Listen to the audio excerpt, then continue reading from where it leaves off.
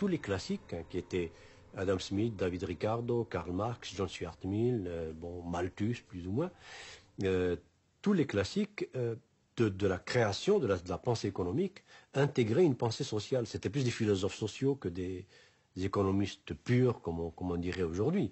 Mais les néoclassiques, à partir de Léon Walras, en gros Auguste et Léon Walras, donc le père et le fils, milieu et fin du XIXe siècle, vont inaugurer une espèce de pensée de la science économique qui se dit scientifique. Alors, se disant scientifique, elle se dispense de toute pensée morale ou philosophique. Donc, elle se vide de tout le souci qu'avaient les classiques jusqu'à Karl Marx, qui était le souci suivant: qui fait de l'argent? Pourquoi fait-il de l'argent? A-t-il le droit de faire tant d'argent? Et est-ce juste? Est-ce injuste? Est-ce bon pour la communauté? Est-ce mauvais? Donc, il y avait une dimension éthique dans la pensée économique. Et cette dimension éthique a été évacuée avec la pensée néoclassique, laquelle pensée néoclassique a ouvert la voie, le chemin à la pensée néolibérale, laquelle pensée néolibérale a ajouté à la pensée néoclassique, en plus de cette espèce de décret scientifique: nous sommes une science, donc nous faisons comme la physique, nous constatons que l'argent va de tel endroit à tel endroit, nous comptons, nous observons, nous classifions, mais nous nous gardons bien de porter un jugement, car la physique, qui est une science, qui est la science des sciences, ne porte pas de jugement. Plus nous croyons devenir efficaces économiquement, il faut dire plus exactement financièrement, parce qu'on confond l'économie et la finance, c'est multiplier l'argent. Donc plus on devient efficace dans la multiplication de l'argent, plus on perd du sens. Alors, est-ce que ça a du sens, par exemple, de dire que General Motors, je prends juste cet exemple, est efficace parce qu'ils ont fait 23, 24 milliards de dollars de profit net dans la dernière décennie, mais en même temps, ils ont fait 300 000 chômeurs. Alors, est-ce que ça a du sens? D'un côté, on dit General Motors est efficace, mais que veut dire cette efficacité? On dit, par exemple, l'économie américaine plus efficace. Bon, et le plus efficace en indicateur financier, en indicateur de rendement sur capital investi, etc. Mais jamais les États-Unis n'ont eu autant de gens qui vivent au-dessous du seuil de pauvreté à l'américaine, bien sûr. Jamais l'Amérique n'a eu autant de gens qui n'ont pas accès à des soins. 40% de la population américaine n'a accès pratiquement à aucun soin de santé. Jamais les États-Unis n'ont eu un niveau d'éducation aussi bas. 50% des Américains ne savent pas situer l'Angleterre sur une carte de géographie. Aujourd'hui, enfin c'est quand même aberrant. Quand on a la télévision, quand on a tout ça, 50 chaînes minimum par maison. Donc voilà un peu en gros ce que j'appelle cette panne de sens. Nous devenons de plus en plus efficaces matériellement, économiquement, financièrement, mais écologiquement, socialement, politiquement, humainement, nous perdons de plus en plus de valeur et de qualité de vie. Voilà cette panne de sens. On ne sait pas en parler parce qu'il faut sortir complètement du discours économique dominant pour pouvoir commencer à mettre du sens. Autrement dit, il faut reformuler le problème depuis zéro. Or, le reformuler depuis zéro, il faut partir depuis Aristote. Aristote déjà avait dit, attention, ne confondez pas l'économique, qui vient de l'oikos nomia, la maison et la norme de conduite de la maison et de la communauté, avec la crématistique, qui est créma athos, l'accumulation de l'argent. Alors ça nous amène à la question de l'éducation. En éducation aujourd'hui, jusqu'à quel point enseigne-t-on Aristote? Qui connaît Aristote? Qui lit Aristote? Alors, si je dis Aristote, je peux en dire autant de Victor Hugo, de Jean-Paul Sartre, d'Archimède, etc., etc. Bon, passons. Alors, aujourd'hui, on dit paradoxalement que nous sommes dans l'économie du savoir et de la connaissance, mais on n'a jamais aussi peu éduqué, aussi peu enseigné. Mais en même temps, on n'a jamais mis aussi d'emphase sur les institutions dites de formation et d'éducation.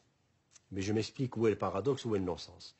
Le paradoxe et le non-sens sont dans le fait que, à peu près partout dans le monde, et particulièrement en Amérique du Nord, on est en train de transformer l'institution d'éducation en institution de reproduction de serviteurs du système.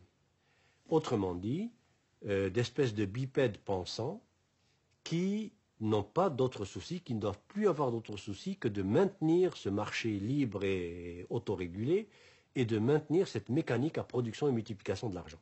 C'est ce qu'on appelle l'employabilité, c'est ce qu'on appelle former des employables, c'est ce qu'on appelle réformer l'éducation depuis le primaire jusqu'à l'universitaire pour former des gens qui trouvent leur place sur le marché du travail. Or ça, c'est horrible.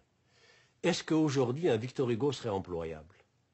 Est-ce qu'aujourd'hui un Socrate serait employable? Est-ce qu'aujourd'hui un Paul Verlaine, un Rimbaud serait employable? Non. Donc il n'y en aurait pas. Mais que serait l'humanité sans Socrate, sans Aristote, sans Rimbaud, sans Verlaine, sans Victor Hugo? Que serait l'humanité sans ces gens-là? Nous serions des animaux. Alors aujourd'hui, sous prétexte que ce n'est pas employable, que le marché n'en veut pas, eh bien, on ne forme plus de poètes, on ne forme plus de gens de littérature, on ne forme plus de gens de mathématiques pures, on ne forme plus de gens de physique théorique, on ne forme que ce que l'industrie, l'entreprise financière veut pour alimenter la machine à multiplier l'argent. Alors qu'est-ce que c'est ces employables? Ce sont ceux que je vois moi-même dans les universités dans lesquelles j'enseigne, à travers le monde, c'est-à-dire qu'au niveau le plus élevé, deuxième, troisième cycle, maîtrise, doctorat, c'est ce que j'appelle les technocrates, c'est-à-dire des gens des technocrates analysants, qui sont formés à analyser des problèmes, problem solving, et on leur fait croire qu'ils sont intelligents parce qu'ils font du problem solving. Alors que l'intelligence, ce n'est pas le problem solving. L'intelligence, c'est la formulation des problèmes. Celui qui est intelligent, c'est celui qui formule le problème, qui le met en énoncé, qui le met en termes de liens et de combinaisons, qui appelle une question. C'est celui-là qui est intelligent. Celui qui se penche sur un problème déjà formulé pour trouver l'équation ou la formule qui donne la solution, ce n'est pas lui qui est intelligent. Or, c'est ça qu'on nous fait croire. Donc, des technocrates analysants, c'est des gens qui maîtrisent des techniques d'analyse et de calcul et qui confondent penser, réfléchir avec analyser et calculer. Et ils prennent des décisions sans état d'âme, du genre licencier 60 000 personnes en un jour, doubler son salaire de millions de salaires et dire je souffre en plus. Je prends des décisions difficiles. Mais ça, c'est des non-humains. Quelqu'un qui prend des décisions sans état d'âme et qui le dit, c'était quelqu'un qui est en train de dire « je ne suis pas un être humain ». Alors de quel droit le laissons-nous prendre des décisions qui touchent à des êtres humains? Puisque lui dit « je n'ai pas d'état d'âme, donc je n'ai pas d'âme, donc je ne suis pas un être humain ». Alors, voilà les technocrates que nous formons au haut niveau. Au niveau intermédiaire, c'est ce que j'appelle les techniciens producteurs. Ces techniciens producteurs, c'est des serviteurs de machines, des servants de machines, depuis l'ordinateur jusqu'à la machine numérique qui débite des pièces de plastique ou d'acier ou d'aluminium. Eh bien, ces gens-là sont là pour faire en sorte que cette mécanique automatisée de production ne tombe jamais en panne. Et tout ce qu'on leur demande comme connaissance, c'est la logique de la machine ou de la série de machines dont ils ont la garde. C'est tout. Et encore plus, on leur demande simplement d'être capable de comprendre ce que la machine demande. Alors ce n'est même plus eux qui dominent la machine ou qui ont une espèce de supériorité humaine, de supplément d'âme ou de connaissance ou de sens par rapport à la machine. C'est l'inverse, c'est la machine qui dit si tu es assez intelligent, voilà où la puce qui cloche, voilà l'endroit où il faut changer la carte, voilà, etc. Et puis s'il n'est pas assez rapide pour faire ça, il n'est pas bon. Alors, et au niveau inférieur, qu'est-ce qu'on forme? Ben, on ne forme plus. 45% de la main-d'œuvre des multinationales américaines en particulier sont analphabètes totaux. Et les multinationales ne veulent pas changer ça. Elles ne veulent pas qu'on leur forme le moindrement ces gens analphabètes, parce que s'ils ne sont plus analphabètes, ils vont se mettre à poser des questions. S'ils se mettent à lire des journaux, des analyses fines, ils vont se mettre à poser des questions. Ils vont se mettre à se syndiquer, ils vont se mettre à réfléchir. Donc, surtout pas.